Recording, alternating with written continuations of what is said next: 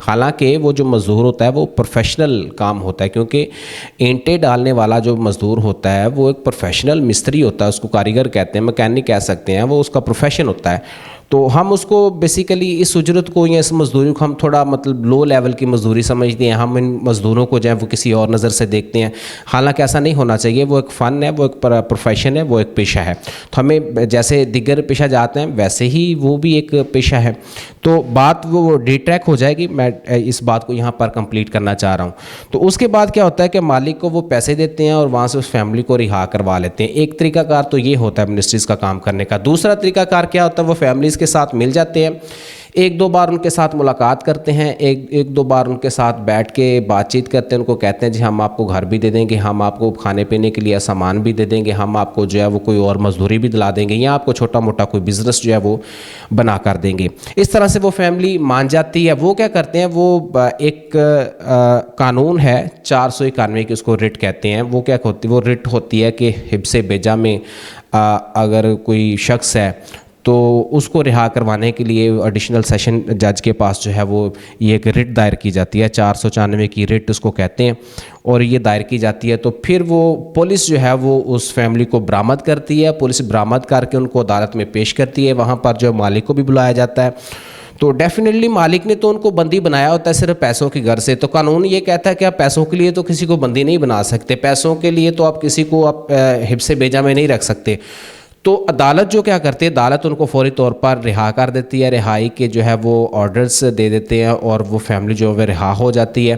اور رہا ہونے کے بعد ان کے ساتھ جو ان کے معاملات طے ہوئے ہوتے ہیں, گھر کے چھوٹے موٹے بزنس کے یا راشن کے یا دیگر جو بھی ان کے معاملات منسٹری کے ساتھ طے ہوئے ہوتے ہیں, وہ ان کے ساتھ پھر وہ پورے کر لیتے ہیں. ایک طریقہ کار تو یہ ہو گیا. اور دوسرا اس طریقہ کار کی صورت میں مالک جو بھٹے کا مالک ہوتا ہے اس کو کافی نقصان ہو جاتا ہے. پھر وہ کیا کرتا ہے, پھر اس فیملی کو ڈھونڈنا شروع کر دیتا ہے. جی وہ فیملی مجھے مل جائے تو میں کسی طرح سے اپنے پیسے نکالوں, کیونکہ وہ ان کو کورٹ نے, عدالت نے جو ہے وہ رہا کیا ہوتا ہے. پھر دوسرا طریقہ کار یہ ہوتا ہے کہ منسٹری جو ہے وہ منسٹریز جو ہوتی ہیں وہ ڈائریکٹ کیا کرتی ہیں, وہ ڈائریکٹ بھٹا مالکان سے مل لیتے ہیں. وہ کہتے ہیں جی یہ فیملی ہم نے آزاد کروانی ہے, اس کے جو قرضہ جات ہیں وہ ہمیں بتائیں, ہم پے کر دیتے ہیں, لیکن یہ فیملی ہم اپنے ساتھ لے کے جائیں گے.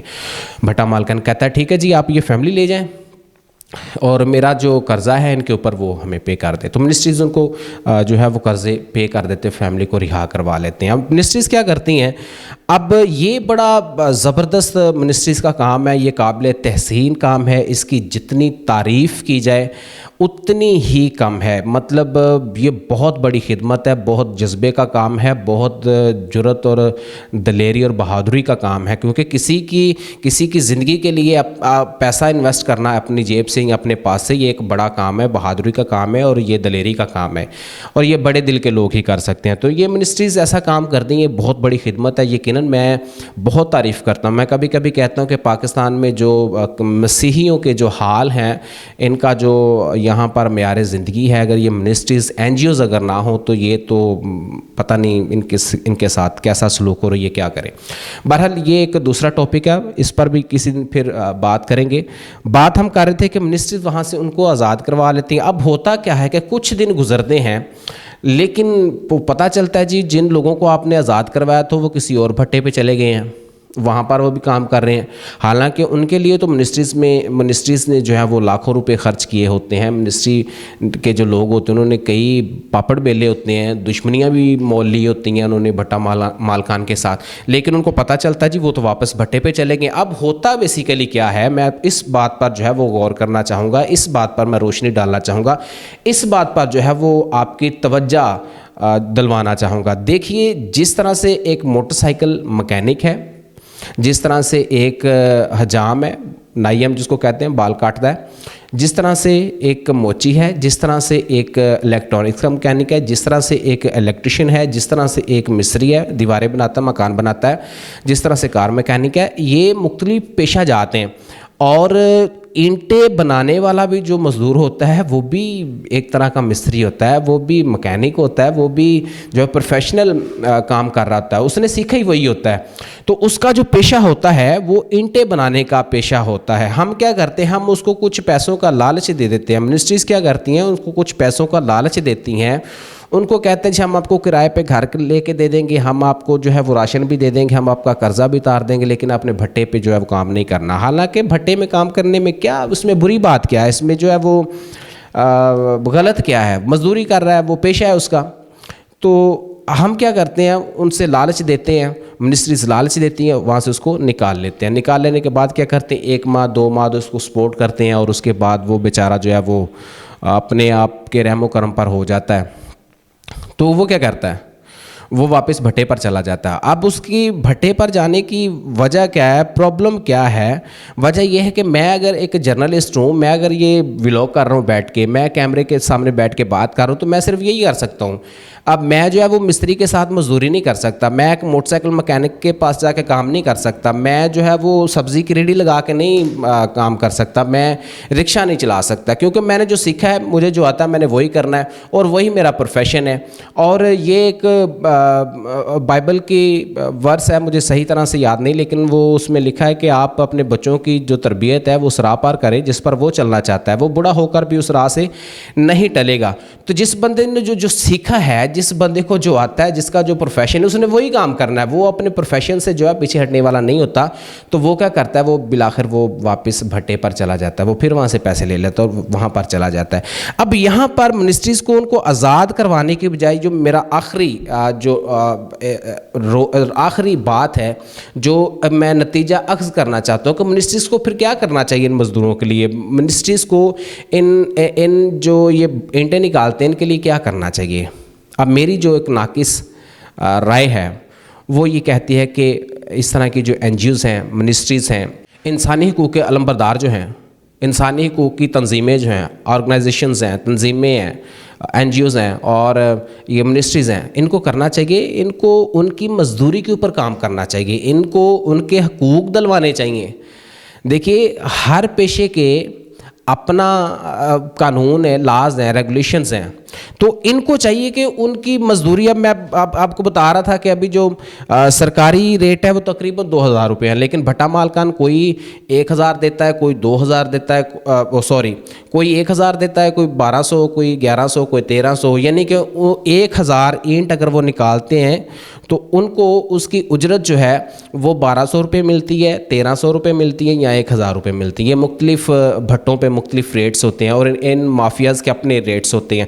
حالانکہ سرکاری ریٹس جو ہیں وہ تقریباً 2000 روپے ہیں. تو منسٹریز کو کیا کرنا چاہیے, منسٹریز کو چاہیے بجائے ان کو وہاں سے نکال کے لے کے آنے کی, ان کے ریٹس جو ہیں وہ ان کے جو حقوق ہیں وہ ان کو دلوائیں, تاکہ اگر 2000 روپے 1000 اینٹ کے اگر ان کو مل جاتے ہیں تو وہ اپنا جو پروفیشنلی وہ کام کرتے ہیں وہ کام بھی کر سکتے ہیں, اور ان پر کسی قسم کا کوئی قرضہ جو ہے وہ بھی نہیں چڑھے گا. تو منسٹریز اس طرح سے بھی ان کی جو ہے وہ ہیلپ کر سکتے ہیں. پچھلے دنوں میں ہمارے قریبی گردنوا میں جو ایک منسٹری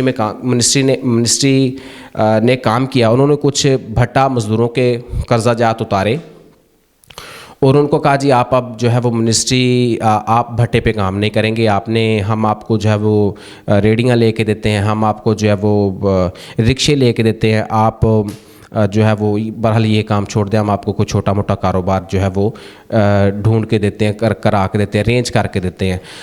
اب اس میں سے ایک فیملی ہے جس کو میں جانتا ہوں, اس فیملی کے کم سے کم 6 افراد ہیں, اور 6 کے 6 افراد جو ہیں وہ بھٹے پہ کام کرتے ہیں.